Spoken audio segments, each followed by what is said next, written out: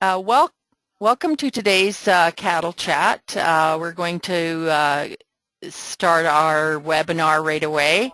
If you have any questions during the webinar, please type them into the questions section of the GoToWebinar menu, and we'll try to make sure they get answered before the end of the webinar. So whenever you're ready, Lionel, go ahead.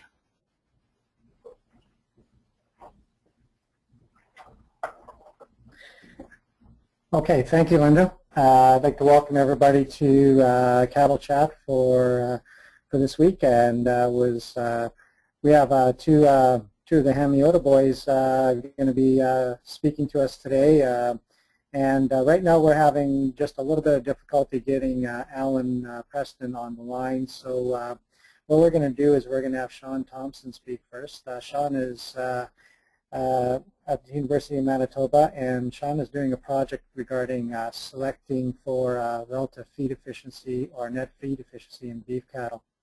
It's something that's really interesting. It's more on selecting animals, I guess, for their feed efficiency instead of just for gain.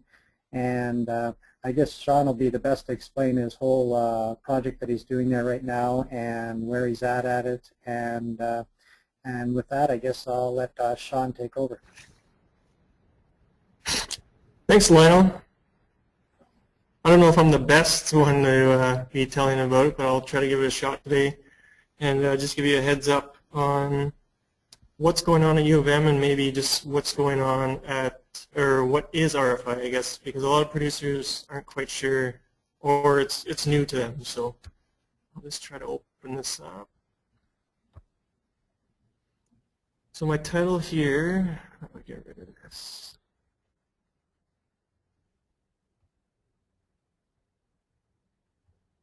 I'll just go with this. I'll try to, okay.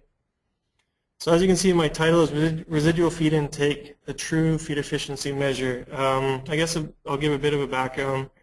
I'm from a beef farm in southwestern Manitoba, from Hamiota, just like Dr. Preston.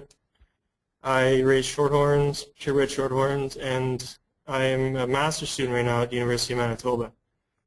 And my trial is on the residual feed intake trial, which I'll get to in a little bit.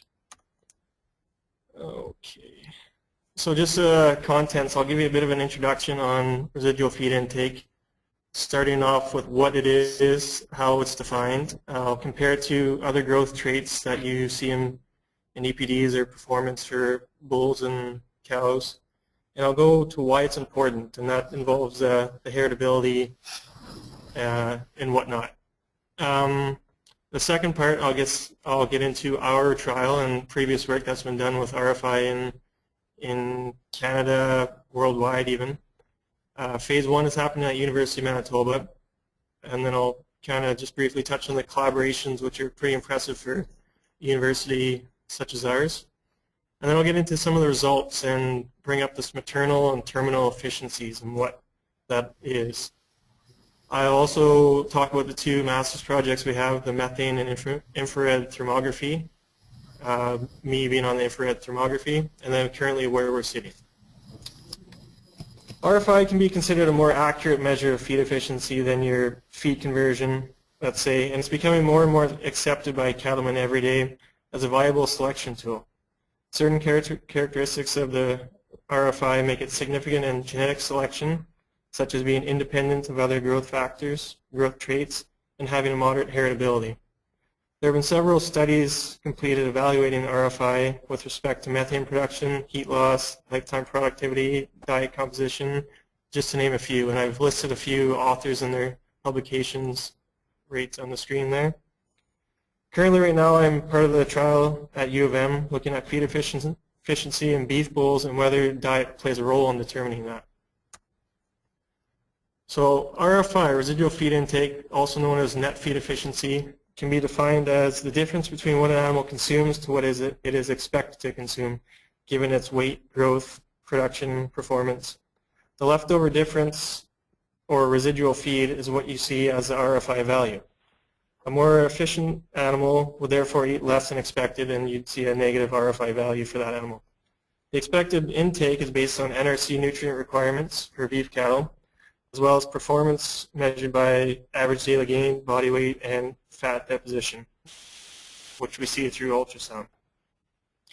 It's a recently used trait, but was actually derived back in the 60s by Robert Koch as a way of accounting for growth and body weight in determination of your feed efficiency for beef cattle. The reason it wasn't used as much until recently was because feed intake is required in that calculation. Back then, the only way to measure feed consumption was to expose the animal to a known weight of feed, do a weigh-back procedure over a period of time, and calculate the daily intake. But really, that does not let an animal exhibit its natural behaviors, so on. It just didn't work back then. But now, innovations such as alkane boluses and GrowSafe have made measuring feed intake possible. Here at U of M, we use the GrowSafe method, and as you can see by the picture here, it's basically a feed bunk on weigh cells or load cells, and it's continuously scanning for RFID tags, and once it picks up an animal, it sends the weights, I think about 10 times every second, to a central computer, and that's how we measure how much feed that animal eats at each feeding event and then over the period of a day.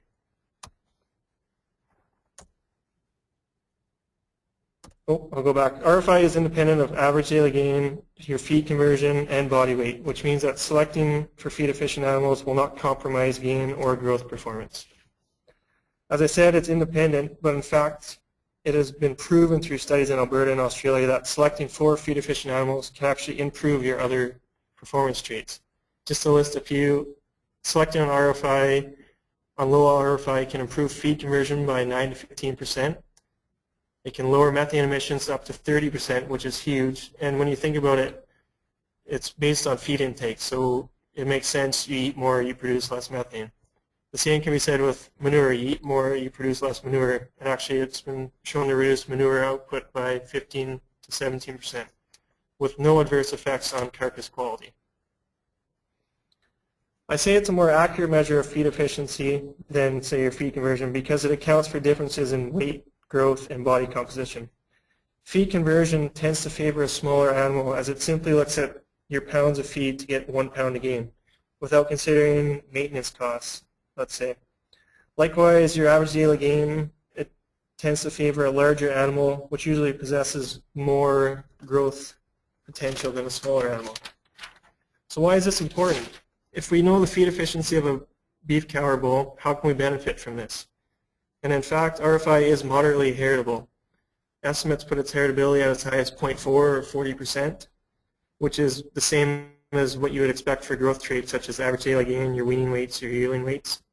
This is important because it means that we can select for high feed efficiency. Genetic improvement may be achieved relatively quickly using a feed-efficient herd sire by retaining their feed-efficient offspring as your replacement heifers. And as well, feed efficiency has been shown to be maintained throughout an animal's life. Having said that, and I tell all producers this when I mention this, I suggest using RFI as yet just another selection tool when considering potential.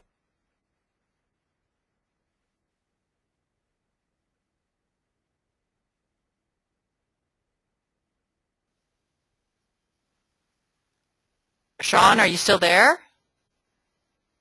Hello?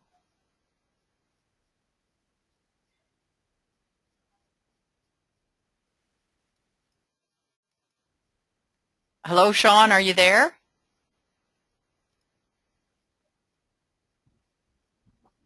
Hello?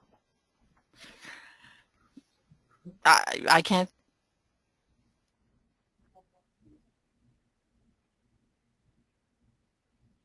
Hello, Sean. I think you've gone offline, Sean.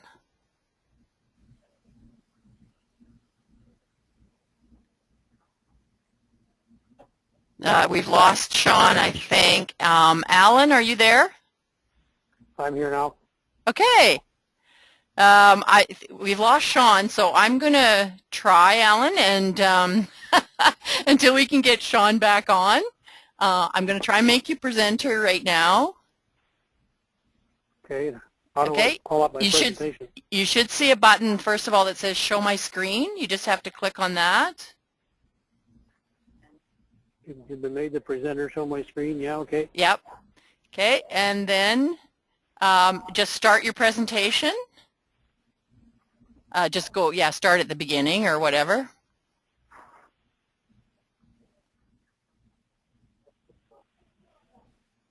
Yeah, and from the beginning. I'm trying. Right over on the left-hand side. There you go. Alrighty, where you go. We're in business. And I can advance the slides from here, I take it? Yes, you can. Go ahead. Okay, sorry for the confusion, folks. I said I was technologically challenged. What I want to do in a short time today is give you a brief overview of the TB situation in the Rocky Mountain area, run through a bit of the past, present, and future, and talk a little bit about the organizational structure and the expectations for my position. I guess, you know, this picture is worth 1,000 words. I'm assuming you can see the picture of the deer and the cattle grazing quite contentedly together. Who would have thought some 20-odd years ago that this kind of a pastoral scene would be a harbinger of the TB mess we find ourselves in and continue to be in at the present time. Oops, wrong way, sorry. A bit of a history lesson. The only reason I show up this slide is that John Gunyon Rutherford, who was Canada's first CBO way back at the turn of the 19th to 20th century, had a very personal stake in bovine tuberculosis. His infant son died at about a year and a half of age from drinking contaminated milk from cows that had tuberculosis. So he was very quick to identify that this was a zoonotic disease. Disease was endemic across Canada and a disease that he wanted desperately to assist with eradicating. So he went to work and devised a starting point for the eradication process. Fast forward about 85 years, took a long time to achieve the goal, but by 1985, Canada was indeed declared free of tuberculosis. I guess that rings a bit hollow with the folks around the Rocky Mountain area because, of course, we no longer are free of the disease. A brief run through the timeline from the past. In the early 1970s, tuberculosis was diagnosed in timber wolves in the Rocky Mountain National Park area. Nobody gave it too much of a second thought. It just was one notation in a record book, and it was filed away. In 1991 and again in 1996, TB was diagnosed in area cattle herds. Again, the thought process was these were just carryovers from years before. The connection to wildlife was actually dismissed in the early going. There was an elk found with TB in 1992, but the authorities of the day just ruled that as an anomaly and cast it aside. In 1998, the second elk was found in the Grasshopper Valley west of Lake Ottawa, and from that point on, it became pretty obvious that we had both a wildlife and a cattle reservoir. Over the years, 14 infected cattle herds have been depopulated. 46 individual elk have tested positive. 11 white-tailed deer have tested positive. And we have the unique distinction of there being only one of 7 jurisdictions worldwide that has a wildlife reservoir of a TB infection. And I'll read a quotation mark here that bothers people, but it's the truth. And the way it reads is, regardless of the methods employed, the control of bovine tuberculosis, once it establishes itself in a wildlife maintenance host population, is generally a long-term commitment. It appears that TB in many forms remains an important disease in both domestic and wild animals. So we're in a situation where we're going to be dealing with this for a fair little while yet. By the number, some 2,600 herds of cattle have been tested over the last number of years, 220,000 individual animals in total. We've captured and tested 1,400 elk. 250 of those were recaptured based on a suspicion of a positive test. They were euthanized and tested.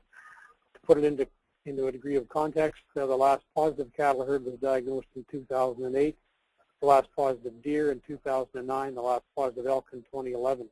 So we need to kind of celebrate our success. We've come a very long way in dealing with this issue over the last 20 years. We need to be thankful for the work that's been done, but we can't quite let our foot off the accelerator yet. The present status is that our cattle herd in the RMEA and in Manitoba, for that matter, is classified as being TB-free. We got to that point in 2006. The white-tailed deer population, based on the surveillance we've done, we think the level of tuberculosis is probably less than 1%, but unfortunately we don't have enough samples on an annual basis to be statistically confident that that's where it's at. Unfortunately, in elk, even though we've got lots of samples, the prevalence is still above 1%. What's all this mean to cattle producers? Well, if you look at the export certificate for cattle moving into the United States, you'll find an interesting section, number 9B, that reads, animals originating from the province of Manitoba have been tested within 60 days of export, and it goes on from there. Point being, we still have a different status than the rest of Canada for Manitoba cattle moving into the U.S. We're still viewed as being an area that has a TB risk with a wildlife population, and until we meet our surveillance targets and get that prevalence rate down below 1%, we're going to continue to have to do some testing. For the year we're in right now, in the Western Control area, the core area, we're looking at testing 26 cattle herds of 3,400 head. Put that into the context of a 220,000 head number, and it's a pretty small number of animals being tested this year. We've already captured and blood tested 50 elk cows, and we'll be doing another 50 elk bulls. There's a typo there, but we're doing 50 elk bulls as well. And we've tested, we've had samples in about 135 white-tailed deer this year. So we're making some progress. One thing I should point out that you don't do surveillance simply to assure negatives. You're actually happy once in a while when you get a positive because it shows that surveillance works. If I can draw a rough parallel to the BSE situation, we continue to do surveillance for BSE. Every once in a while we turn up a positive case, and now it doesn't really matter to anybody because that's just a normal part of doing business. So I think we can expect to find more cases in the wild herd as well with regards to TB. All that said, though, the goal remains the same. We want to eradicate TB in the domestic herd and in the wild deer and elk population. But don't ever confuse eradication of the disease with eradication of elk and deer. We're not suggesting, never have suggested that the wild population be eradicated. What we do want to do is find out if we can get the level of incidence down to that less than 1% level to meet the requirements of other jurisdictions. And we've got a very good example. I'll come back to it later, but the state of Minnesota is probably the only jurisdiction in the world that's had a wildlife and cattle interaction with TB that has been successful in being able to declare eradication. They did that on the basis of 3 years of negative TB sampling in the wild herd. It bears repeating or asking a question, why is eradication so important? You know, we want the producers in the RMEA, we want Manitoba producers to be on the same level playing field for the disease status as is the rest of Canada. We want those producers to be able to take a few deep breaths, relax, and simply be cattlemen again. And we certainly want to stem the attrition rate of beef producers in the RMEA, which is right now about 4 times the provincial average. In other words, we're losing a lot of producers simply because they've given up with battling with this disease and want to move on.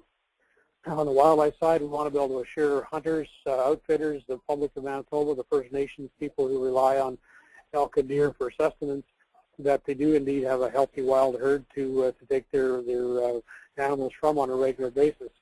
One of the drawing cards of the Rocky Mountain area is the pristine ecosystem that exists in that area. We want to return to that by making sure that we have a healthy population of wild animals. And being completely mercenary from a public perspective, from a taxpayer's point of view, we want to reduce what is now a current $3 million per year budget line for dealing with tuberculosis. We've spent $25 to $30 million in total on this disease over the last number of years. It'd be nice to take that line out of the budget estimate process. What does this goal really mean? It means that our producers would have that unfettered access to international markets. It would mean that we'd have to continue to do some low-level ongoing surveillance, but hopefully the interval between tests for herds in that area would be increased, and with some of the other measures I'll talk about in a few minutes, perhaps the need for testing would be reduced to a very, very low level. Again, I would reiterate that we fully expect to find the occasional case of TB in the wildlife as we move towards eradication, and that shouldn't cause an overly aggressive response.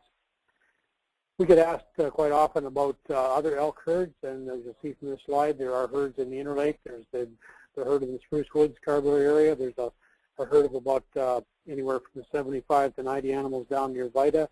There's obviously the Duck Mountain population, and we get scattered reports of small dispersed herds. In fact, we've got a group of about 8 or 9 elk that live in the Arbor Valley, not too far from my farm. The movement data tells us that with the exception of a bit of activity in the Duck Mountains, there hasn't been movement of animals out of Rocky Mountain to most of the other locations. The divided herd in particular, people have been concerned about, and that population moves back and forth across the 49th parallel. Doesn't venture far enough south to be close to where the TB situation was in Minnesota, so we don't see that as an issue. And interestingly enough, we've done some scattered surveillance on the Interlake herd, the Spruce Woods herd, and on Duck Mountain, and we certainly have not found any indication of tuberculosis in those herds. So not to dismiss them, but they're not a priority area at the moment.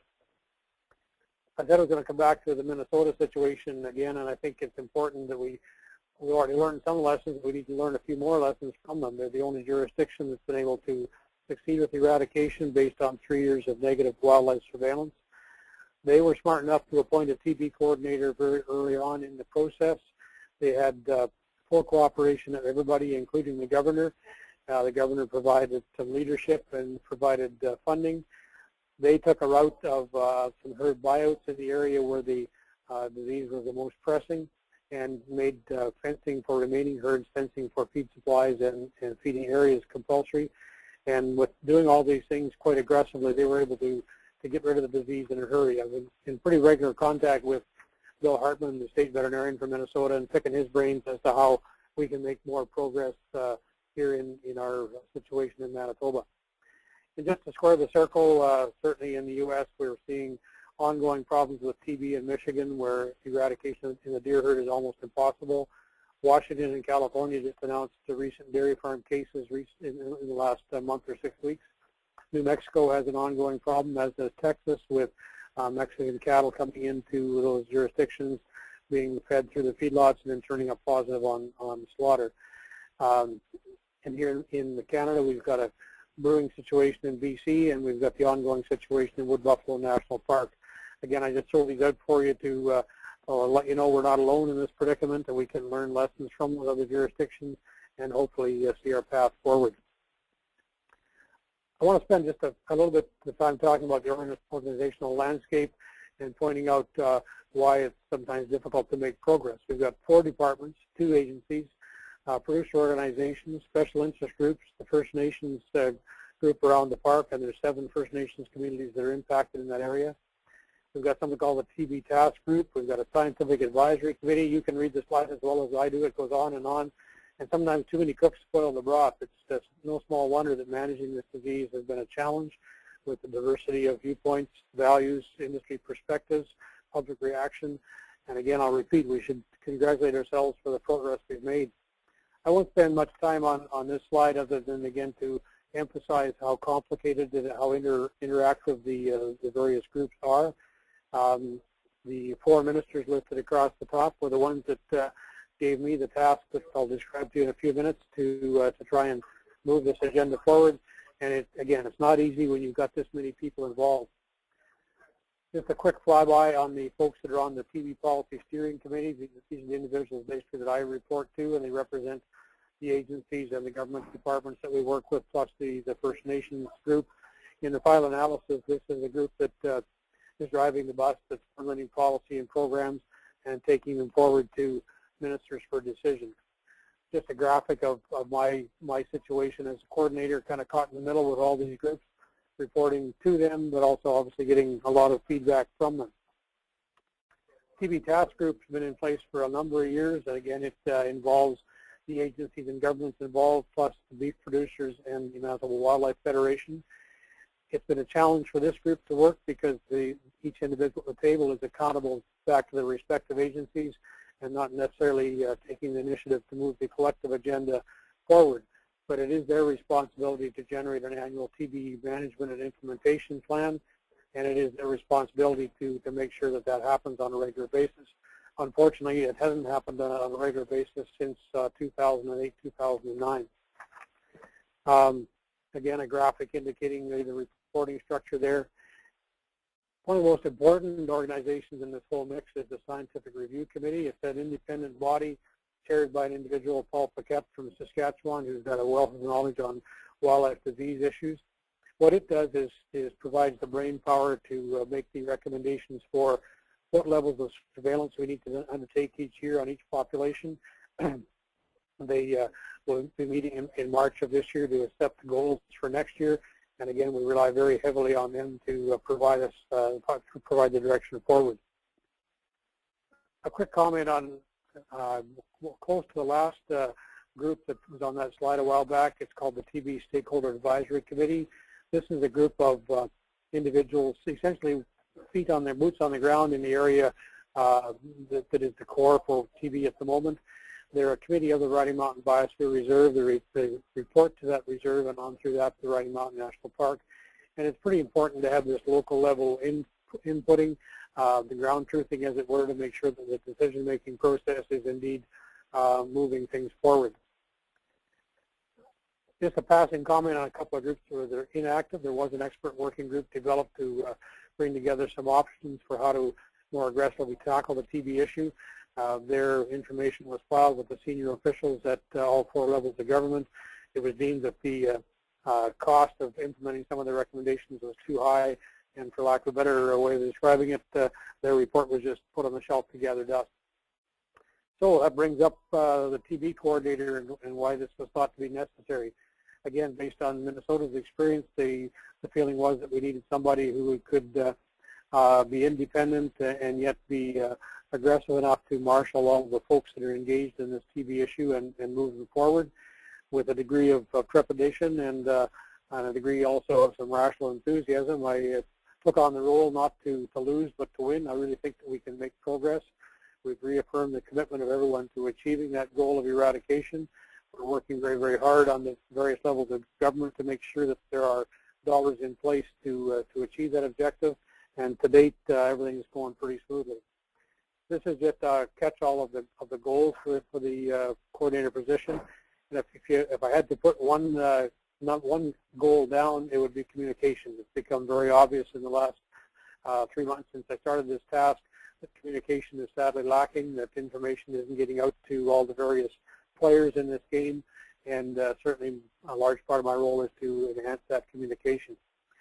Another key component is to work with 3 different groups, the CFIA, with Parks Canada, and with the wildlife community, to develop what are called scenario tree models for helping us to more accurately predict what level of surveillance we need and when we can actually declare an endpoint. So one of my goals is to declare that endpoint sometime over this next year, indicating to producers when they can expect to have to do either much reduced or even eliminate the testing that's required for them, when we can actually declare the wildlife herd free of tuberculosis. And that all kind of ties into the last item on the list. The USDA is proposing a new rule on both brucellosis and tuberculosis, and that new rule is structured to look at not so much eradication, but the surveillance that's in place and the veterinary infrastructure that's in place to deal with an outbreak when it occurs. So it's a much more rational approach to dealing with a disease like this rather than the scorched earth policy that we've used up till now. I've taken on a 12-month term in this coordinator position. To be abundantly clear to those around the phone lines today, it's listed as a CFIA staff position, but I'm not accountable to them. I'm independent, and I have a clear line of communications to the ministers as may be required to move this agenda forward. That's probably way too fast a tour through what's going on the TB front. This is supposed to be an interactive process, so I'll quit talking right there and ask for any questions, comments that anybody around the phone lines have to offer.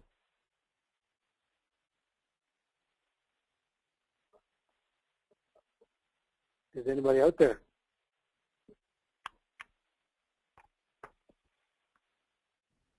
Hello?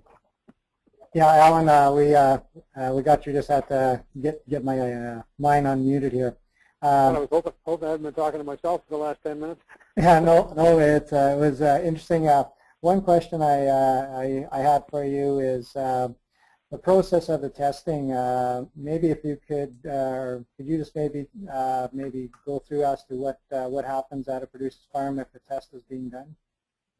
Well, first of all, I'll comment that CFIA goes through a rigorous process of identifying the herds in that core area that are most at risk and require testing. They've done that. They've identified the farms for this year.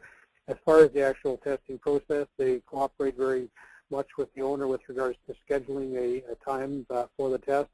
The first stage of the test is to put the animals through the chute and do what's called a collar fold injection. You inject a very, very, very tiny amount of tuberculin into the little fold of bare skin underneath the tail. Turn the critter loose. 72 hours later, you bring the animals back to the chute and carefully palpate the spot where that injection was made, hoping to find nothing.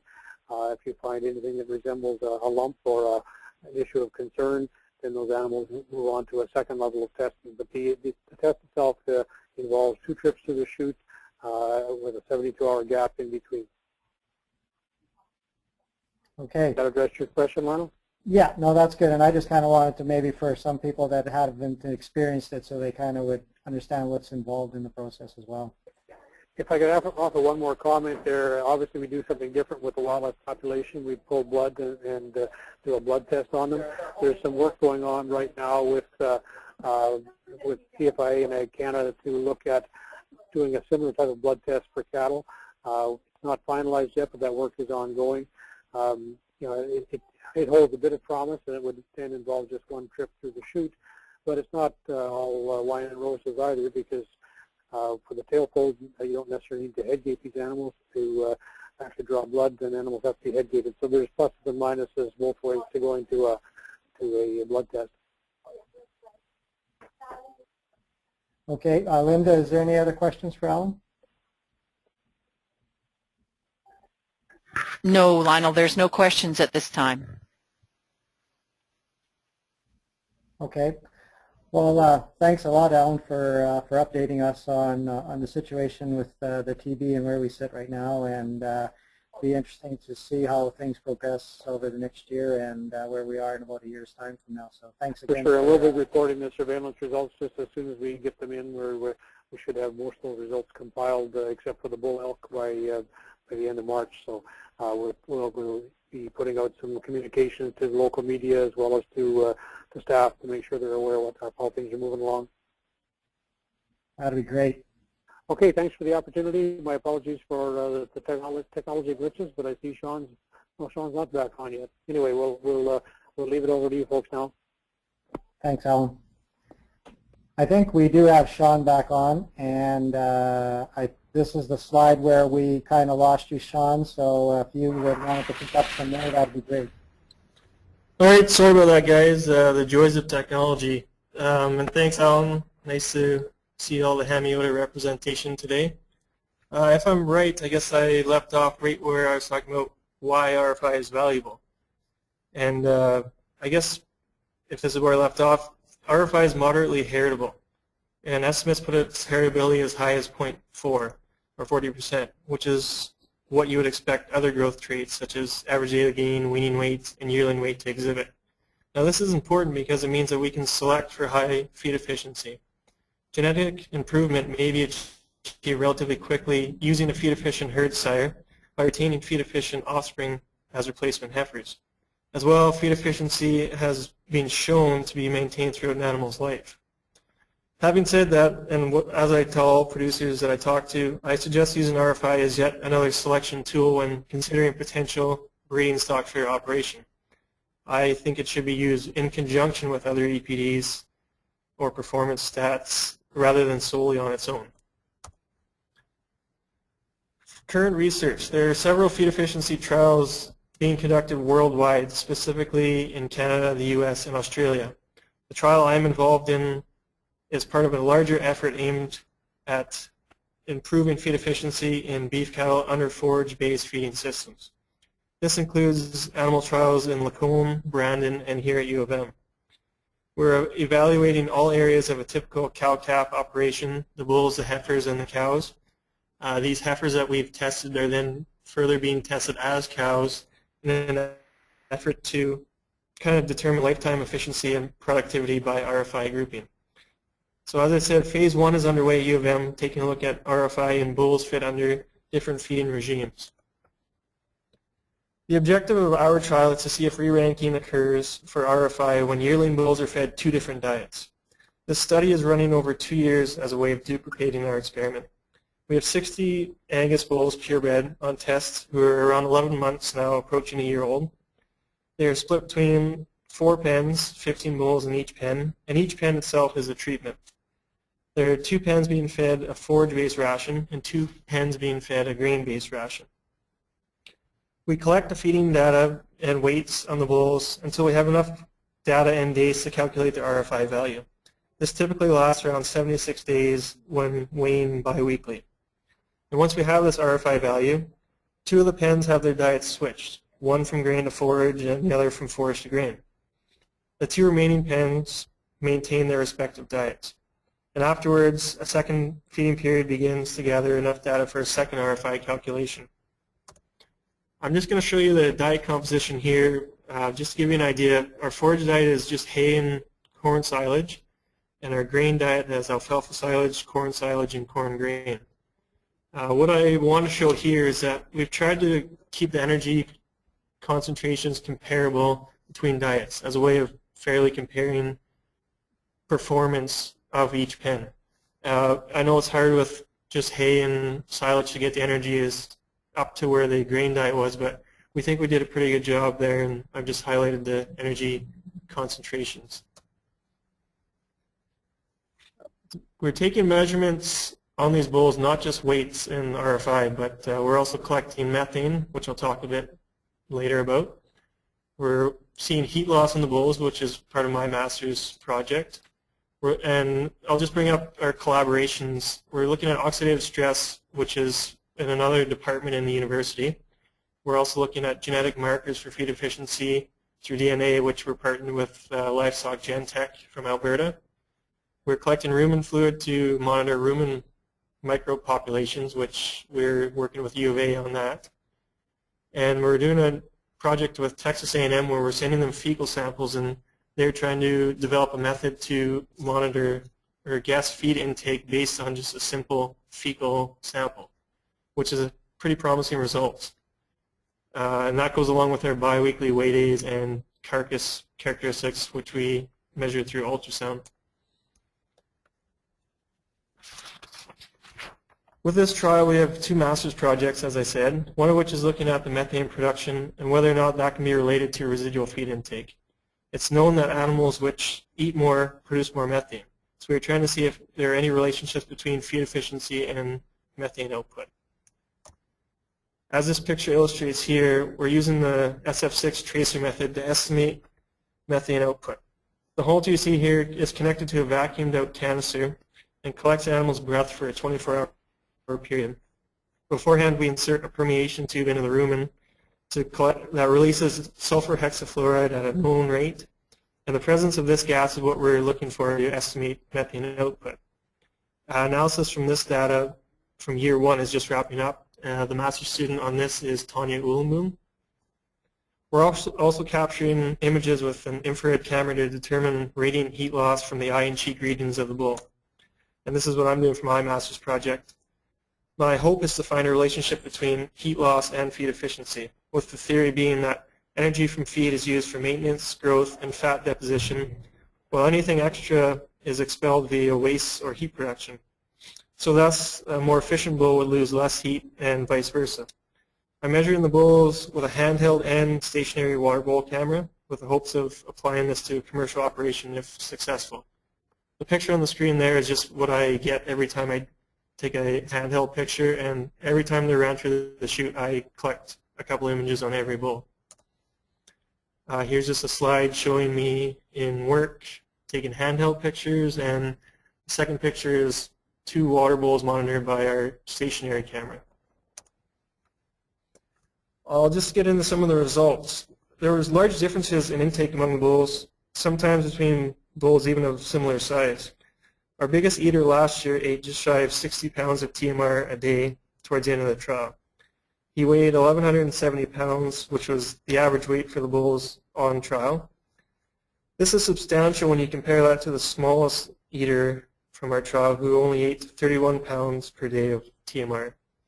Granted, this was a much smaller bull, but I can compare this large eater to a bull of similar weight, and this bull of similar weight only ate 37 pounds per day.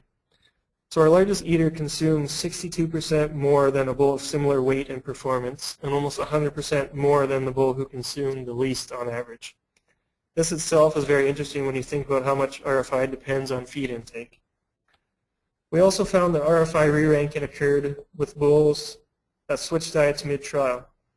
This suggests that RFI is dependent on the composition of the diet being fed.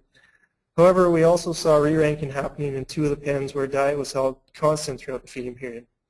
The change in efficiency for pens that did not switch diets may be attributed to the environment and being in a different stage of growth when the value was calculated. As with all performance traits, they differ depending on when they are measured. Average daily gain, your feed conversion, carcass traits, and this also seems to hold true for RFI. Currently, we're trying to quantify this degree of re-ranking in the pens that did not change the ration midway and use that to determine if the re-ranking is significant or not between the diets. I'll just go back. RFI values that we saw last year range from negative 2.56 to positive 3.2 pounds per day dry matter. Converting this to as fed, and you're looking at minus 5 pounds per day to positive 6.4 pounds per day difference from the average. And this goes a step further in accounting for the performance and feed intake. In our trial last year, we saw the most efficient bull consuming 11% less than the average bull per day, while the least efficient bull consumed up to 15% more per day than the average bull. I'll get back to the re-ranking. This is pretty interesting, and if re-ranking is found to be significant, this could translate into feed efficiency being calculated on a diet composition basis. John Becerra is a researcher from Alberta who we are working with. He's done considerable work in this area. He interpreted the re-ranking in our trial into 2 different RFI classes. A bull that has a low RFI value on the forage-based diet, let's say, would have a good maternal feed efficiency. And what we mean by maternal, we say this because of a good performance on the forage-based ration and relating this to conditions that yours and my cattle are raised, which is out on pasture. Pasture, eating forages, get the connection there. Conversely, a bull with a low RFI value on a grain-based ration, let's say, could be marketed as having good terminal feed efficiency. These bulls will be likely to sire offspring that perform well in a feedlot setting. Bulls with low RFI values for both diets, let's say, would be favorable, very favorable, as they perform well on any diet given. There's a little chart here. What I want you to focus on here is what I've got outlined. There are no significant differences in performance when comparing high and low RFI. High and low just shown by the positive and minus, but as you can see, body weight, back fat, marbling, as well as average daily gain does not vary significantly whether they're very high or very low RFI value. Just a note on the bottom, and I'll get to in the next slide, there were no significant relationships found between methane and RFI for year 1. And likewise, I'm just wrapping up my analysis on the IRT or infrared thermography, and results are not looking too promising, but fingers crossed for next year, or this coming trial that we're running right now. I'll just include a chart with the methane versus RFI correlations.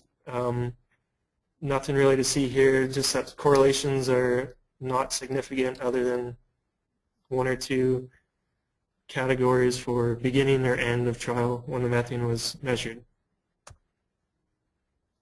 At present, we've just finished up the methane data from period 1, and as mentioned, we're wrapping up the infrared thermography and re-ranking statistics. As well, a goal of ours is to try and model the total energy use in our bulls by using information on intake, methane output, heat loss, and RFI to try to model a total picture of the energetics in these bulls.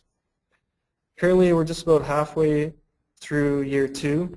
Next week will be our last collection day for period 1. And as always, we're looking to get this information out to producers through extension work. We've already written articles in agricultural papers and presented our work to producers.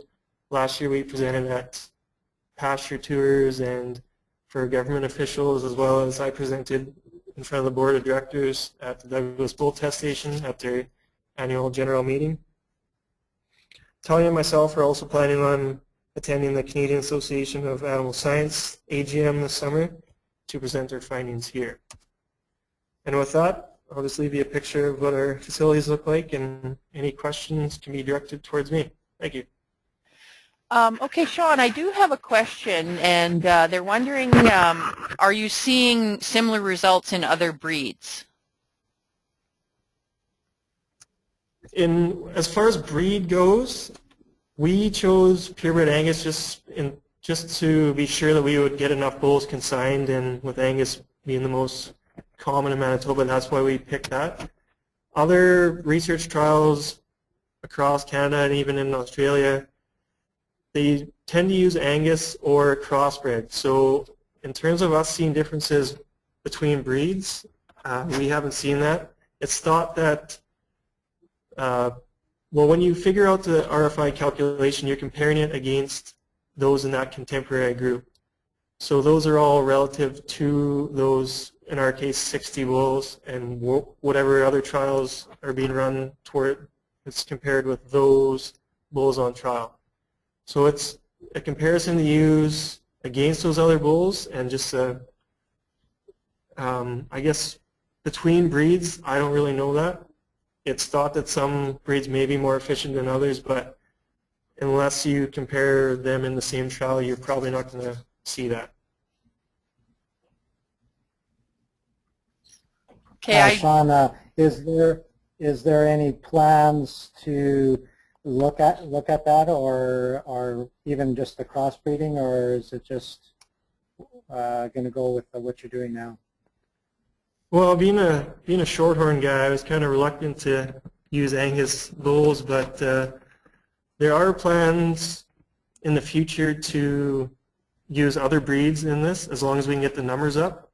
And I guess as far as my research goes, my master's is completed at the end of this year, so that'll be up to my advisors and other scientists. But interbreed comparisons have been in the talks in Alberta, and they may even be started now in Australia. But as far as at U of M goes, I think we might try using a different breed, but maybe not to the point yet where we compare one breed against the other. Sean, I have another question here. It says you mentioned a DNA analysis. Do you know if they're seeing any correlation of RFI to a specific gene, i.e. leptin? I think the leptin gene is what they were talking about. That is all very preliminary, that work. I know there are some, like I think Igenity out of Alberta has a test that you can do for RFI. So they think they have found some sort of markers to be able to relate to feed efficiency.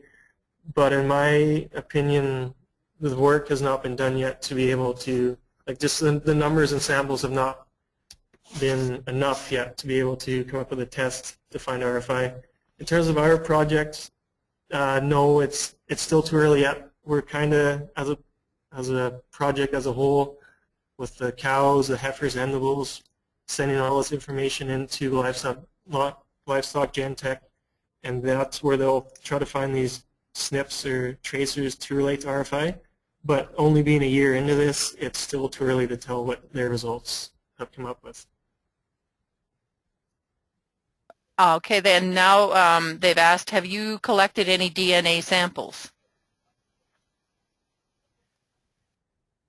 Yes, all of our bulls last year and then the current bulls this year have been DNA tested, and those have been sent to livestock gen tech.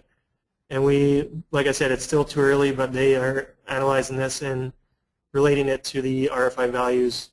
It's still too early now because we haven't got our RFI values for this year yet. So that's the reason why we haven't been able to compare them. But in terms of last year's results, no, they haven't been made available to us yet. Okay, Lionel, that's all the questions that I have right now.